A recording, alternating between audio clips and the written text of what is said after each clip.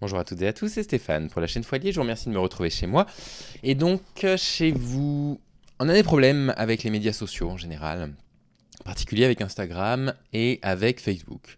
L'entreprise Meta, elle est depuis un petit moment quand même dans le centre du cyclone, hein, c'est le moins qu'on puisse dire. Et les raisons pour lesquelles je vous en parle aujourd'hui, c'est que ça concerne les thèmes dont on parle régulièrement sur la chaîne. Là, vous avez un article sur France Info qui est sorti le 9 juin de cette année, hein, donc il y a un peu moins de 3 semaines, dont le titre est «Les algorithmes d'Instagram facilitent la vente de pédopornographie», selon des chercheurs. Et il y a pas mal de choses qu'il va falloir qu'on réfléchisse ensemble. Parce qu'on sait que la France, selon les études, est 3e ou 4e plus gros hébergeur de contenu pornographique du monde, actuellement. La lutte contre la pédopornographie n'est pas très efficace parce qu'on manque de moyens, et si en plus les médias sociaux rajoutent au problème, ça risque d'être compliqué. Des universitaires américains soulignent le rôle joué par les algorithmes du réseau social, on va y arriver. Le Wall Street Journal confirme avoir été inondé de contenus qui sexualisent les enfants après un test. Et vous allez voir que c'est pas encore plus grave que ce que vous lisez. Donc déjà, effectivement, la sexualisation des enfants, elle existe, pas que par les médias sociaux, elle existe aussi par l'industrie de la mode, parfois par l'industrie du cinéma. Elle existe un petit peu partout autour de nous, et les médias sociaux, vous allez voir, en rajoutent une couche, mais c'est plus inquiétant que ce qu'on imagine encore. Instagram est la principale plateforme utilisée par des réseaux de pédocriminalité, selon une enquête du Wall Street Journal, publiée mercredi 7 juin et menée avec des chercheurs de l'université de Stanford et celle du Massachusetts. Je vous le mettrai dans la description, bien sûr. Le réseau social qui appartient, comme Facebook et WhatsApp, à la maison mère Meta, leur sert à promouvoir et vendre des contenus montrant des abus sexuels sur des mineurs. Instagram est actuellement la plus importante plateforme pour ces réseaux grâce à des fonctionnalités telles que les algorithmes de recommandation de contenu et la messagerie qui aident les vendeurs à entrer en contact avec les acheteurs. D'après le Wall Street Journal, une simple recherche avec des mots-clés tels que pédo-whore, pédoputain, ou preteen sex, sexe préado, permet d'accéder à des comptes qui promeuvent des contenus montrant des abus sexuels sur des mineurs. Souvent, ces profils assurent être pilotés par les enfants eux-mêmes et utilisent des pseudonymes ouvertement sexuels. Les comptes ne disent pas directement qu'ils vendent des images pédopornographiques, mais ils comportent des menus avec des options, y compris celle de demander des actes sexuels spécifiques. Vous voyez, on est en plein dedans là. Le rapport souligne le rôle joué par les algorithmes du populaire réseau social. Un compte test créé par le quotidien américain s'est vu inondé de contenus qui sexualisent les enfants, après avoir cliqué sur quelques recommandations de ce genre. Meta n'a pas immédiatement répondu à une sollicitation de l'AFP.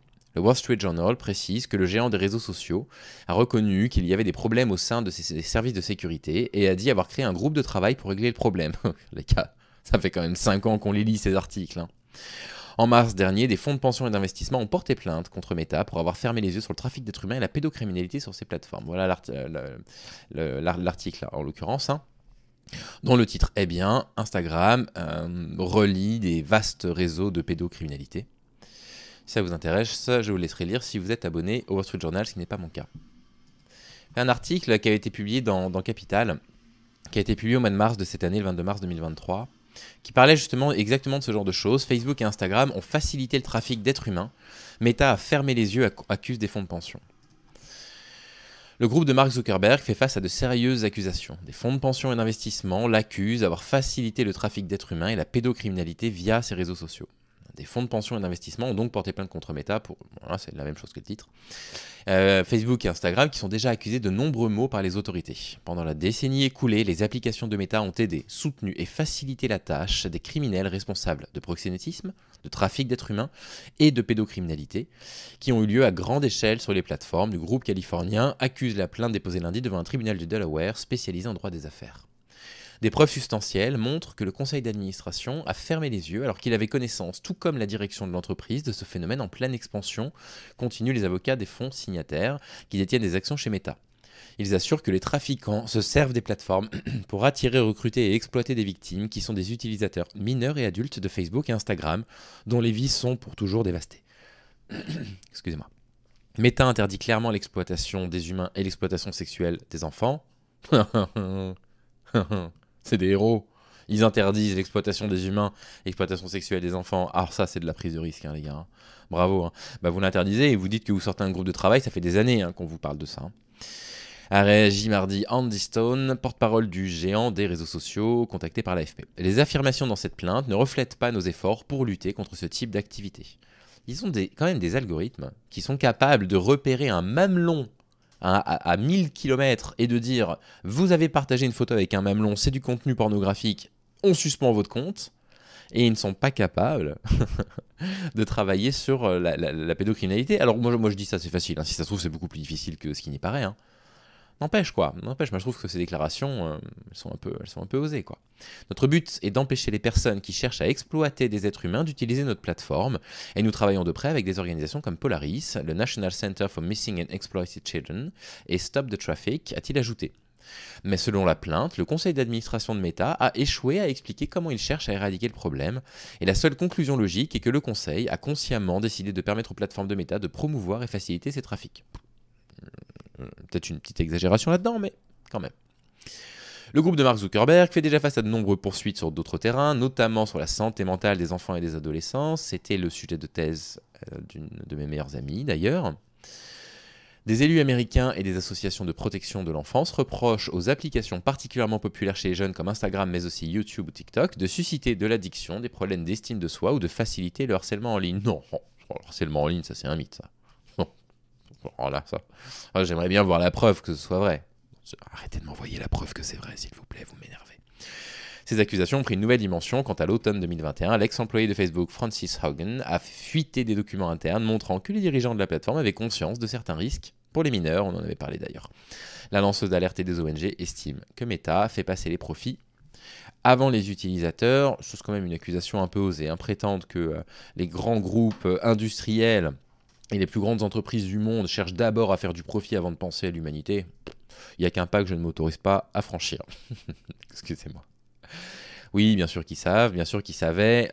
Ça ne se retrouve pas devant un tribunal au Delaware pour rien. Ça fait des années, en fait, qu'on les met en garde par rapport à ça. Pas forcément par rapport au trafic d'êtres humains, c'est la première fois que je le lis, mais par rapport au contenu pédocriminel, pédopornographique, ça fait une éternité qu'on lit les articles par rapport à ça. On les retrouve, vous l'avez vu, en suivant 2 ou 3 recommandations, je ne sais plus ce que disait l'étude. Et à partir du moment où vous avez suivi 2 ou 3 pages, vous avez que des recommandations ensuite de contenu pédopornographique, avec carrément des onglets sur Instagram pour acheter des sévices sexuels, quoi. Enfin, je veux dire, c'est épouvantable. Et vous vous souvenez, on avait vu en live le documentaire absolument terrible qui se passait où déjà? Dans un pays d'Asie du Sud-Est, je ne me rappelle plus lequel, excusez-moi, vous me le rappellerez en commentaire, où on voyait que des Européens payaient des parents pour que les parents fassent subir à leurs enfants des sévices sexuels. Ils payaient pour ça. Et je vous avais dit, attention, faites attention, ces trucs-là, ça existe en Occident, hein. C'est-à-dire qu'il existe en Occident des familles occidentales, françaises, européennes, américaines, qui utilisent les médias sociaux pour vendre des actes de pédocriminalité sur leurs propres enfants, quoi, hein. Donc là, c'est pas forcément ce dont il s'agit, c'est pas forcément leurs propres enfants, mais vous comprenez bien que vous pouvez demander à des personnes en les payant que sur Instagram, ils vous envoient du contenu pédopornographique, pédocriminel. Là, on a un vrai problème, quoi, hein. On a un vrai souci, il faut qu'on s'indigne. On attend évidemment que des associations françaises s'attaquent à ça, et quand elles s'attaqueront à ça, il faudra qu'on signe leurs pétitions, il faudra qu'on les partage en masse, il faudra qu'on alerte les gens, il faudra qu'on fasse nos rôles d'alliés. Voilà ce que je voulais vous dire, j'espère que tout va bien pour vous. N'oubliez pas de vous abonner à la chaîne, j'oublie de le dire à chaque fois. On me dit qu'il faut que je le dise, mais j'oublie de le dire, vous l'entendez tellement souvent.